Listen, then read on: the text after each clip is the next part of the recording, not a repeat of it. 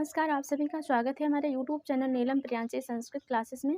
आइए आज हम भक्तिकालीन कवि तुलसीदास जी द्वारा रचित रामचरितमानस को पढ़ाते हैं। यह बीए पार्ट 1 में हिंदी के पाठ्यक्रम में यह निर्धारित किया हुआ है। तो आप यहाँ थोड़ा समझ लीजिए कथानक की इसमें क्या है, क्या कहानी चल रही है। तो इस पद्य में या इस चौपाई या दोहा में कह सकते हैं कि यहाँ पर जब राम जी का राज तिलक होने वाला रहता है, उसके एक दिन पहले कैकेयी जब कोप भवन में जाती है 2 वचन मांगने के लिए, तभी का वृतांत यहाँ चल रहा है। राजा कैकेयी को मनाने जाते हैं, वही कहानी है। आइए देखते हैं। जानेउ मरमु राउ हस कहई, तुमहि कुहाब परम प्रिय अहई। थाती राखी न मांगिहु काऊ, बिसरि गयो मोहि भोर शुभाऊ। झूठेउ हमें जोस दोष जनि देहु, दुई के चार मांगि मकुलेहु।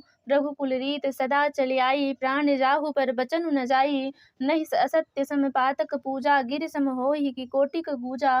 सत्य मूल सब सुकृत सुहाए, वेद पुराण विदित मनु गाए। तेहि पर राम शपथ करि आई, सुकृत स्नेह अवध रघुराई।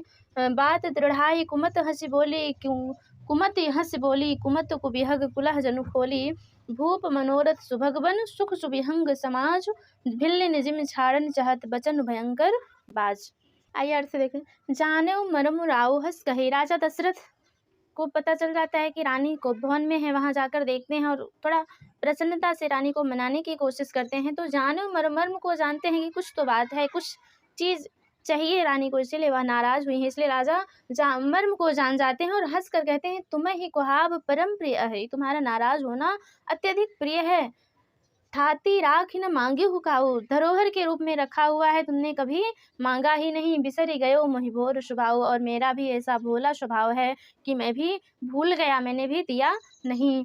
झूठे हमें ही दोष जन दे हुए, महारानी मुझे झूठ में दोष मत देना। दुई के चार मांग मक लेहु, दो के बदले, 2 वरदान के बदले तुम 4 वरदान मांग लेना, लेकिन मुझे दोष मत देना। तुम्हारे जो वरदान है वह धरोहर के रूप में रखे हुए हैं। रघुकुल रीत सदा चली आई। राजा दशरथ रानी कैकेयी से कहते हैं कि यह रघुकुल की रीत हमेशा से चली आ रही है कि प्राण चले जाएंगे पर वचन नहीं जाएंगे, प्राण जाए पर वचन न जाए। फिर कहते हैं, नहीं असत्य सम पातक पूजा, असत्य के समान कोई पापी या पाप रूपी पूजा या असत्य के समान कोई पाप नहीं है। गिर सम हो ही की कोटि की गुजा, गिर के बराबर, पर्वत के बराबर छोटी छोटी गुंजाएं पर्वत के बराबर नहीं होती हैं, वैसे ही असत्य कभी पुण्य में नहीं बदलता है। सत्य मूल सब सुकृत कहा है, सबने कहा है, सबने किया, सबने कहा है कि सत्य ही सबका मूल आधार है।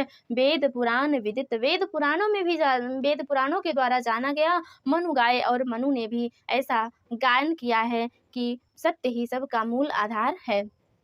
तेहि पर राम शपथ करी आई, है रानी कैकेयी, उस पर भी मैं सुकृत स्नेह, जो मेरे अत्यधिक स्नेही अवध रघुराई, अवध के रघुराई श्री राम हैं, उनका तेहि पर राम शपथ करी आई, इस पर मैं उनकी सौगंध लेकर के कहता हूँ कि तुम जो है 2 के बदले 4 वरदान मांग लो।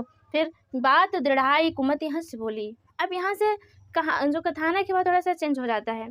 राजा दशरथ पहले खूब बातें बताते हैं कि हम तुम्हें 2 के बदले 4 वरदान दे देंगे, मैं, और ऐसा मनु ने कहा, ऐसा वेद पुराणों में कहा, असत्य के समान कोई पाप नहीं, सत्य के समान कोई सत्य ही सबका आधार है, ऐसा जब सब कह चुके, जैसे ही श्री राम जी की सौगंध लेते हैं, वैसे ही बात को पुष्ट होने पर, बात दृढ़ाई कुमति हंस बोली, बात को एकदम पुष्ट होने पर, क्योंकि मंत्रा ने सिखाया था कि तब तक तुम मत बोलना जब तक राम की सौगंध ना ले लें, नहीं तो 2 वरदान नहीं मांग पाओगी। इसलिए जब बात पुष्ट हो गई, किस तरह से पुष्ट हुई कि जब राम की सौगंध ले लिए दशरथ ने, तब बात दृढ़ाई, बात पुष्ट होने पर कुमति अर्थात कैकेयी हंस बोली, हंसकर बोलती है, कुमत कुबिहग कुलह जन खोलुआ। इस तरह से हंसकर बोली मानो कुमति कुबिहग, ढाई कुमति हंस बोली। बात को पुष्ट होने पर वह कैकेयी इस तरह से बोली कि कुमत कुबिहग कुलह जन खोली, मानो जो कुबिहग बाज रूपी पक्षी है, वह अपने शिकार करने के ध्येय से, मानो उसने अपने कुलह अर्थात चोंच को खोली हो।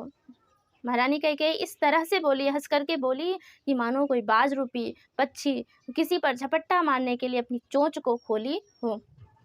अब यहाँ पर दोहा में देखिए, भूप मनोरथ सुभगवन, भूप मनोरथ सुभग बनु, जो राजा का मनोरथ है वह सुंदर वन के समान है। भूप मनोरथ सुभग बन, सुख सुविहंग समाज, बिल्ल निजिम छाड़न चाहती बचन भयंकर बाज। जो राजा है भूप मनोरथ, जो राजा का मनोरथ है वह सुभग सुंदर वन के समान है। सुख सुविहंग समाज, समाज प्रजा का सुख सुविहंग सुंदर पक्षियों के समान है। यहाँ पर कवि एक कल्पना कर रहे हैं कि वह बाज रूपी पक्षी कैकेयी है, राजा एक सुंदर वन के समान है, और जो उनके राजा के जो प्रजा हैं अर्थात अयोध्या के जो प्रजा हैं वह प्रजाजन का सुख जो है वह सुंदर पक्षियों के समान है।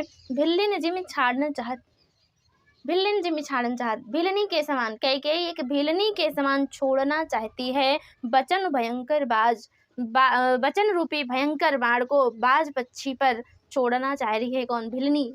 भील शिकारी होता है, भिलनी शिकारनी, भील की पत्नी अर्थात शिकारनी। भिल्लिनी जिम, भिलनी के समान, शिकारी की पत्नी के समान वह अर्थात कैकेयी अपने बचन रूपी भयंकर बाण बाज पर छोड़ना चाहती है। यहाँ पर बाज कौन है? यहाँ पर बाज राजा दशरथ हैं, और महारानी कैकेयी के जो 2 वरदान रूपी वचन है वह भयंकर बाण के समान हैं।